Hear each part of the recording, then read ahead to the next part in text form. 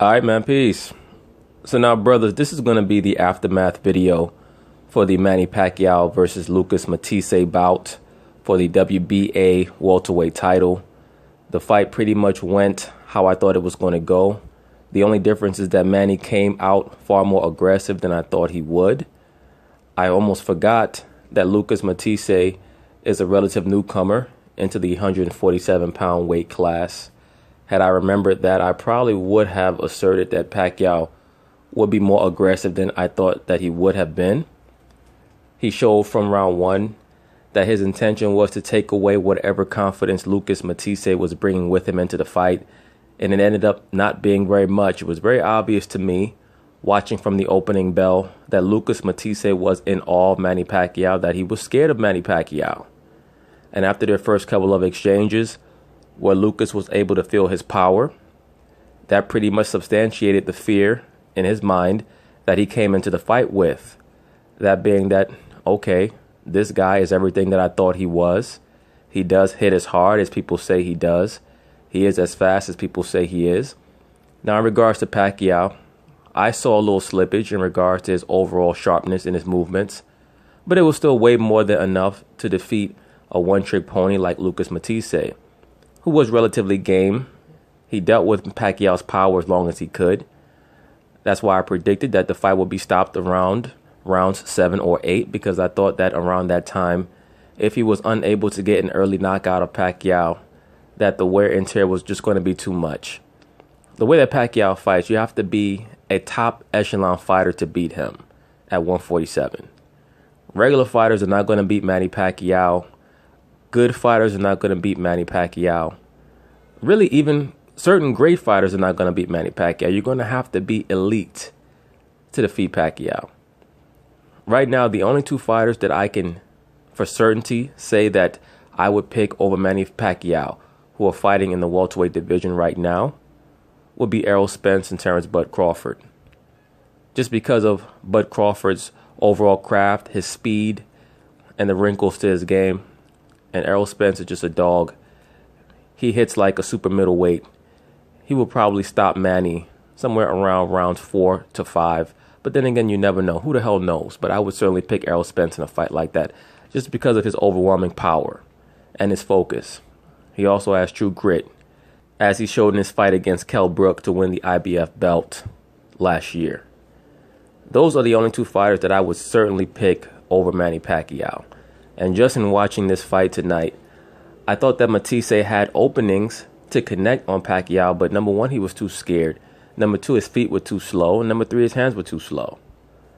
But his power did show. A couple of times he caught Manny flush and he made Manny displace from his position.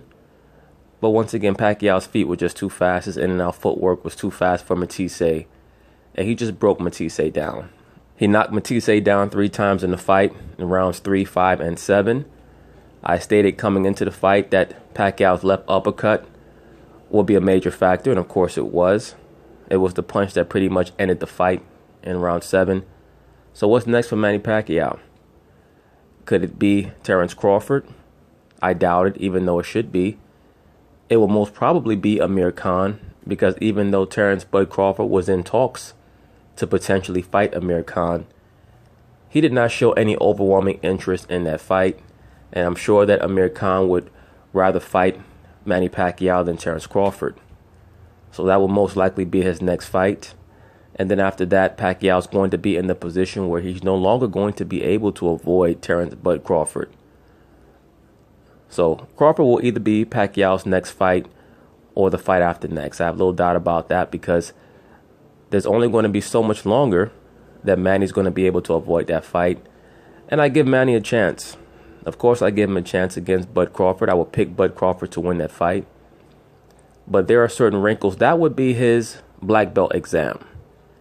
That will be his A+ exam for Terrence Crawford.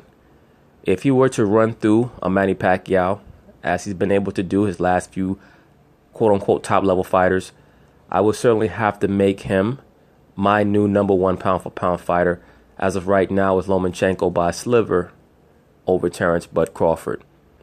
Allegedly, Pacquiao wants to fight Lomachenko. I would not want to see that fight. Why is that? Because Lomachenko had issues with Linares at 135 with all his skill. For him to get in the ring and jump 2 weight classes to fight a Manny Pacquiao, I just don't see it being competitive. I think that he would hit Pacquiao, but his punches wouldn't hurt Pacquiao. Despite a lot of the narrative surrounding Manny Pacquiao after he was knocked out in devastating fashion by Juan Manuel Marquez, he's always shown true grit. He's always shown that he has a great chin, that he rises to the challenge in moments of adversity. So I have little doubt that a fight between Manny Pacquiao and Terence Crawford would be a barn burner, because Pacquiao is not going to go out like a punk. But I would pick Terence Crawford to win, because Crawford's going to do whatever it takes to win a fight. If he has to outbox you, he'll outbox you. If he has to finish you, he'll finish you. But he would definitely try to finish Manny Pacquiao. So I would expect that fight to be very exciting, especially early, with Crawford trying to go to Manny Pacquiao's body, especially with the right hook. He would most likely fight the majority of that fight in the southpaw stance to try to throw Manny Pacquiao off. That's another thing that I noticed tonight. Pacquiao was just toying with Matthysse. Every time Matthysse would shoot his left jab, Pacquiao would come over the top with a counter right hand. Many, many years ago, when he rolled out that counter right hook over his opponent's left jab, I believe that Freddie Roach coined it Manila Ice, because Pacquiao was able to throw that counter over the left hand, over the straight left jab with great power, to the point where he was able to discombobulate many of his opponents with that counter shot, because they were so scared of the straight left hand coming down the pike. At one time, when Manny Pacquiao fought in the lower weight classes, 122, 126, he was looked at as a one-trick pony. But he's been able to add a lot of wrinkles to his game. His defense is very underrated. He has good head movement. Unless he's fighting a top echelon fighter with a great jab who knows how to set up his punches, it's going to be very, very difficult to catch Manny Pacquiao flush. If you watch most of his fights, he very rarely sustains any serious facial damage in the majority of his fights. His defense is relatively underrated. Once again, he makes a lot of mistakes, but you have to be a top-level fighter to take advantage of those mistakes, because all of the mistakes that Manny Pacquiao makes, he makes with speed. So when you decide that you're going to try to capitalize on a lot of the mistakes that he makes, like when he backs up, he drops his right hand. A lot of times when he utilizes his footwork, he goes in the wrong direction.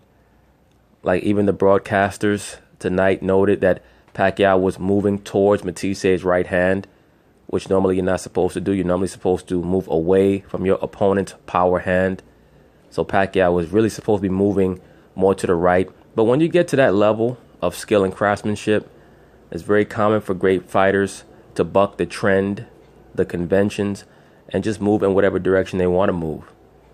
Muhammad Ali, Floyd Mayweather would oftentimes move in whatever direction they felt like moving in, no matter what position their opponent was fighting in, because they felt confident going in either direction.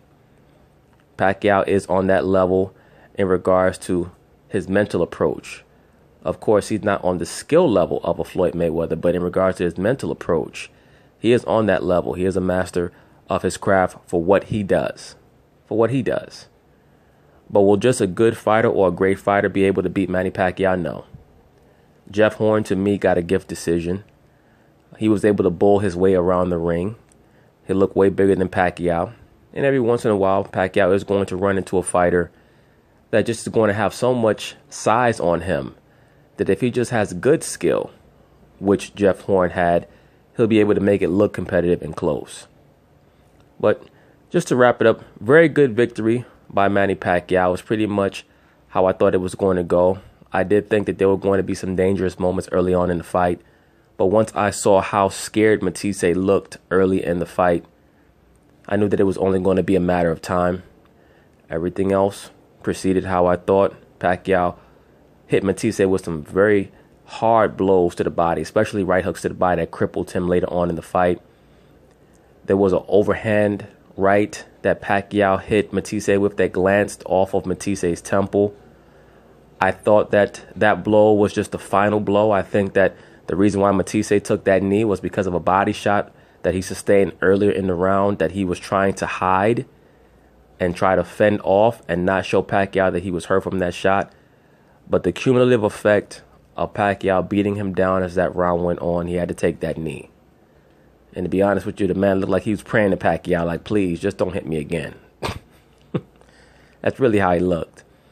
It's very unfortunate that the promotional companies cannot jump over this divide in regards to making these big fights, because I would love to see a Manny Pacquiao fight versus Shawn Porter. Shawn Porter used to be Manny Pacquiao's main sparring partner back when they both fought under the Freddie Roach banner. Manny Pacquiao no longer fights under Freddie Roach, and he doesn't really need him. Once again, Manny Pacquiao is a fighter who fights naturally. He really has nothing else to learn when it comes to the sport of boxing. He is who he is. It's like Muhammad Ali and his trainer, Angelo Dundee. Ali really did not need his trainer after a while. He just liked to have him around because he felt comfortable. When it came to Manny Pacquiao, he didn't really need Freddie Roach other than for moral support and just for comfort in the corner. I mean, after a while, Freddie Roach would try to give him advice. Manny wasn't paying him any mind. All he was doing was looking at his homeboy, Boo Boy. You know, Freddie Roach would be, Manny, make sure that you remember to move your head. Manny just be like, okay, okay, Freddie, I do what I want. Get out my corner. You know, that's all Manny would do. Manny wasn't paying Freddie Roach no mind after a while. But anyway, we'll see what happens in the sport of boxing. Very good victory by Manny Pac-Man Pacquiao, a quote-unquote living legend. Will he ever be Floyd Mayweather? No. But in his own right, for what he did, he was great at it. I would have loved to have seen, maybe I'll start a series on this, delving into boxing a little deeper. I would love to have seen Manny Pacquiao against Roberto Duran. That would have been a barn burner. But anyway, peace.